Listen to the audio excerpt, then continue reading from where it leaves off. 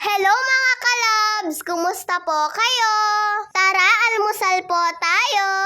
Corned beef po pala itong inaalmusal namin mga kalabs. Wala po pala si kuya dahil may pinuntahan po sila. Pumunta nga po sila sa ibang school para nga po sa matsaya nila mga kalabs. At maaga nga din pong umalis si kuya dito sa bahay. Pagising ko nga po ay wala na po si kuya dito sa bahay. Sinundo po pala siya dito ng mga kasama niya din pong sumali sa matsaya. At dito na rin po pala kumain yung mga pinsan ko. Dito po kasi talaga sila kumakain mga kalabs. Pero yung pinsan ko pang maliit ay minsan-minsan lang po siyang kumakain dito sa bahay. Yung nakayelang damit po.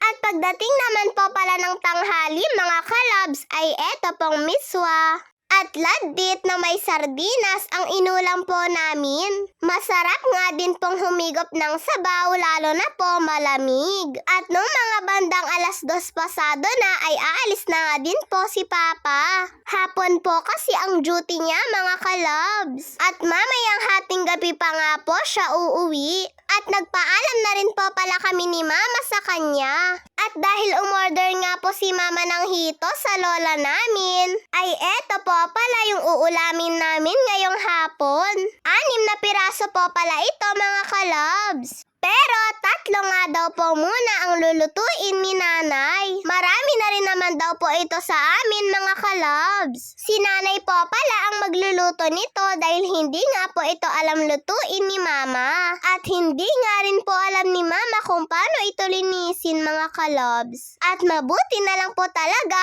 at nandito po si nanay. Mahilig din po palang magluto si nanay ng ganito kapag po may hito. At naglagay po pala muna siya ng asin para daw po mamatay itong isda.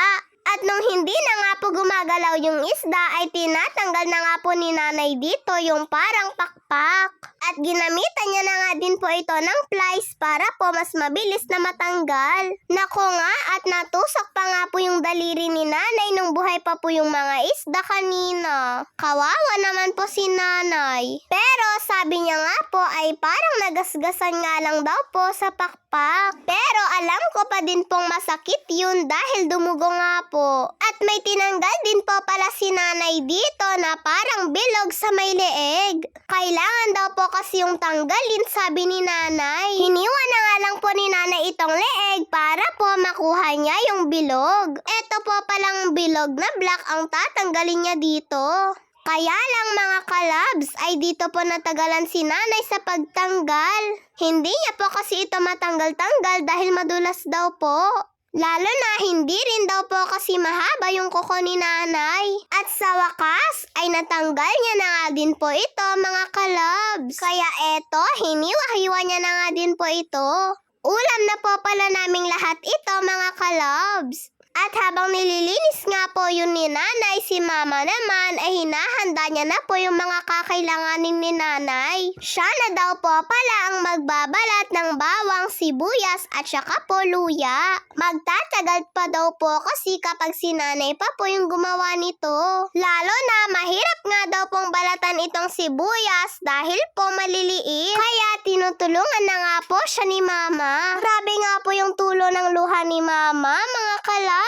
Akala niya naman po umiiyak. Kaya nga po ayaw ko magbalat ng sibuyas dahil po nagpapaiyak. At pagkatapos na nga din pong hiwain lahat ni nanay yung isda ay hinugasan niya na nga din po ito.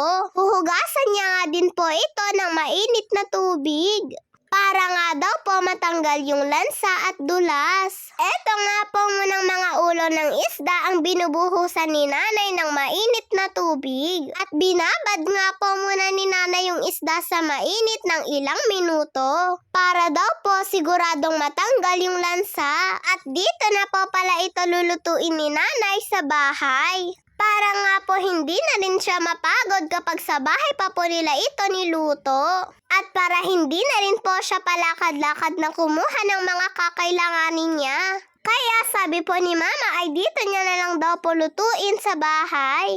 At nung nababad na nga din po itong isda ay dito na nga po ito lulutuin ni nanay sa pressure cooker. Sabi nga po ni mama ay dito na lang para po mas mabilis na maluto. At nakakagana nga daw pong magluto mga kalabs kapag ito daw po yung ginagamit. Sabi po pala yun ni mama mga kalabs nagagandahan daw po kasi siyang masyado dito sa pressure cooker na to. Kaya madalas nga po ay eto na rin po yung lagi niyang ginagamit na panluto. Ayan na nga at halos mailagay na po lahat ni nanay yung isda dito. Akala nga po ni mama ay hindi po ito magkakasya. Pero halos saktong-sakto nga lang po ito mga kalabs At lahat na nga din po ng ingredients nito ay pinag-isa na lang po ni nanay. Adobo po pala ang gagawin niyang luto dito. Lagi naman pong adobo ang luto ni nanay kapag po may hito. At ayan na nga po mga kalabs, malapit na nga din po itong maluto. Napakabango nga po ng amoy nito mga kalabs. At tinawag na nga din po ni mama si nanay para po tignan niya na kung pwede na nga din daw po ito. Sabi nga po ni nanay ay luto na daw po ito at titikman niya nga lang daw po muna kung tama daw po yung pagkatimpla. At sabi nga po ni nanay ay saktong-sakto nga lang daw po. Kaya nung nakaluto na rin po si nanay ay naglagay na po si mama sa plato para po makakain na rin kami. O tara mga kalabs, kain po tayo ng masarap na adobong hito. Bye-bye po mga kalabs, mag-iingat po kayo palagi. God bless po.